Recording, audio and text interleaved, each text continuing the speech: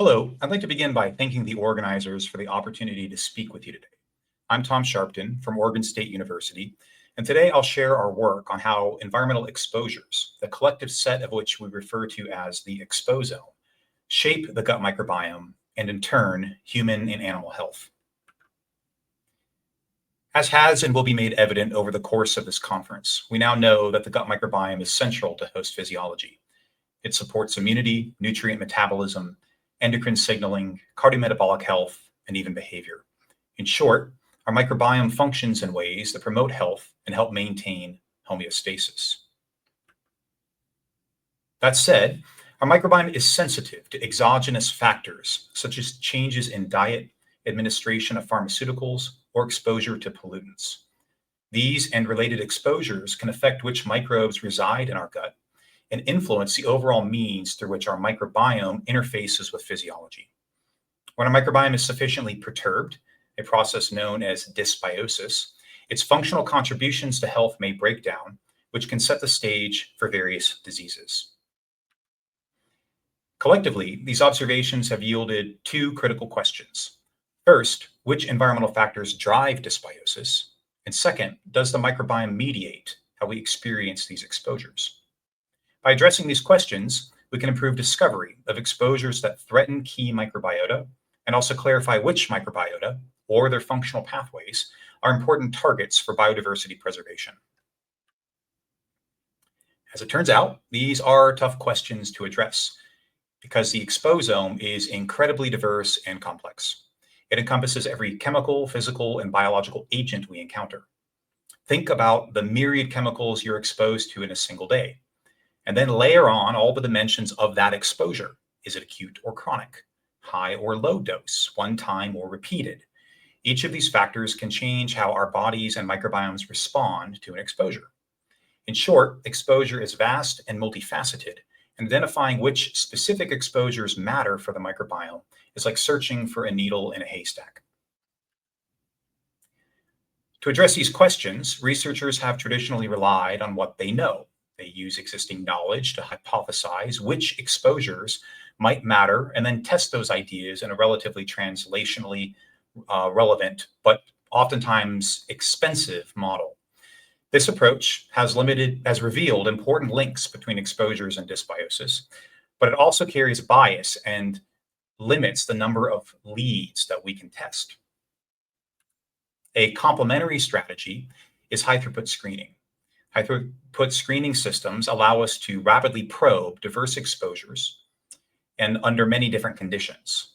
They've already transformed how we understand chemical and drug toxicity, but they remain underutilized in microbiome science. The key is balance. Screening platforms can efficiently sift through the exposome haystack, but their leads must ultimately be validated in translational models. Enter zebrafish. Our lab has helped pioneer zebrafish as a high-throughput screening resource for the study of how exposure drives dysbiosis. Zebrafish offer unique advantages, such as low-cost husbandry, rapid generation times, germ-free derivation, non-invasive stool sampling, and diverse automated assays. We can grow large numbers of fish in tanks and can even isolate embryos and larval fish in 96-well plates. These characteristics enable using zebrafish for studies to screen for exposures that perturb the gut microbiome. We also know a lot about the zebrafish gut microbiome thanks to the broad international community of researchers that study it. In short, the zebrafish gut microbiome influences physiology in myriad ways, including immunity and behavior. It is sensitive to environmental conditions, and it is robust across facilities. This model system has helped reveal exposure agents that impact the gut microbiome. For example, we showed that exposure to the consumer-grade antibiotic triclosan rapidly perturbs the zebrafish gut microbiome. Additionally, by taking advantage of the rapid growth rates of zebrafish, we were able to show how exposure to different diets affects the assembly and development of the gut microbiome throughout lifespan. And moreover, by leveraging the large sample sizes that zebrafish afford, we showed that combined exposures, for example, rising water temperatures together with an intestinal pathogen, produces unique effects on the gut microbiome that differ from either exposure alone. In other words, The impact of an exposure on the microbiome is context dependent. Well, so far, these and related studies have helped to identify exposures that disrupt the microbiome. But the bigger question is, do these exposure-induced changes alter host physiology, the defining feature of dysbiosis? To explore this, we turn to a persistent organic pollutant called benzoapyrene, or BAP. BAP has been linked to behavioral defects in humans, mice, and fish. What's unclear is how it elicits these effects.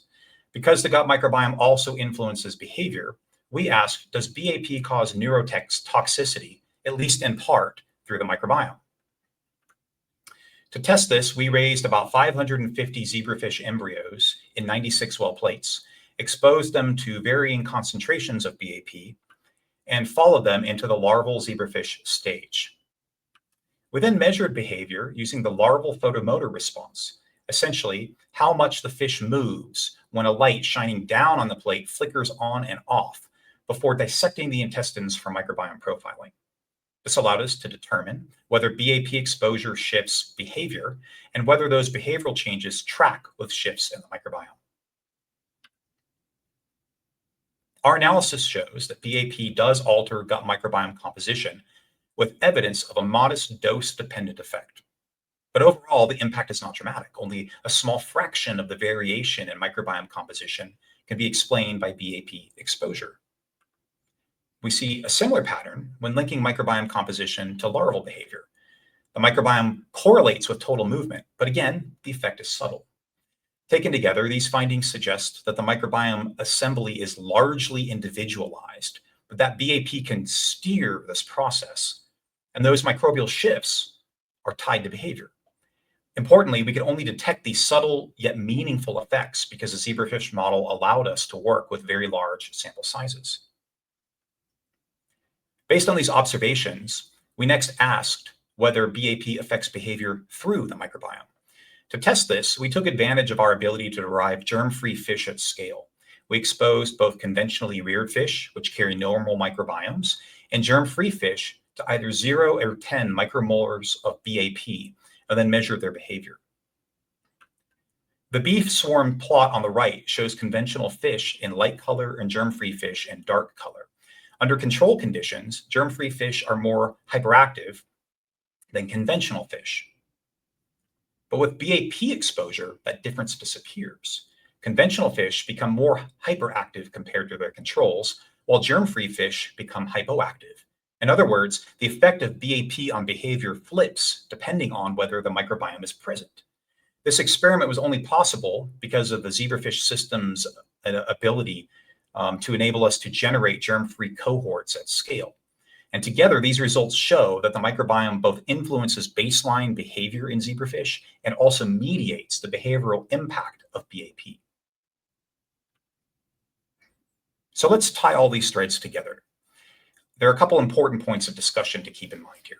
First is that pinpointing the environmental drivers of dysbiosis is essential if we want to prevent microbiome-driven disease. But it's also worth remembering that dysbiosis may not arise solely from external exposures.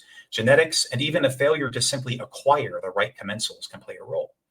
Our efforts to define dysbiosis needs to consider these multiple dimensions and their interactions if we want to create guidelines that mitigate risk in the same way we think about chemical toxicity in exposure science. Second, advancing discovery requires both approaches, knowledge-based studies that are translationally rich and high-throughput systems that allow us to scan broadly without bias. Zebrafish are one powerful solution, but they're not the only one. In vitro systems and other models also have utility and value here. The key is coupling screening with translational follow-up so that we don't miss important leads. And third, zebrafish offers a unique opportunity. As I've shown today, they let us explore how exposures perturb microbiome assembly and even uncover how the microbiome mediates host outcomes, such as the behavioral effects of benzoapyrene. But ultimately, these insights need to be validated in more translational models and, where possible, in human populations. That's the direction in which our team is actively working.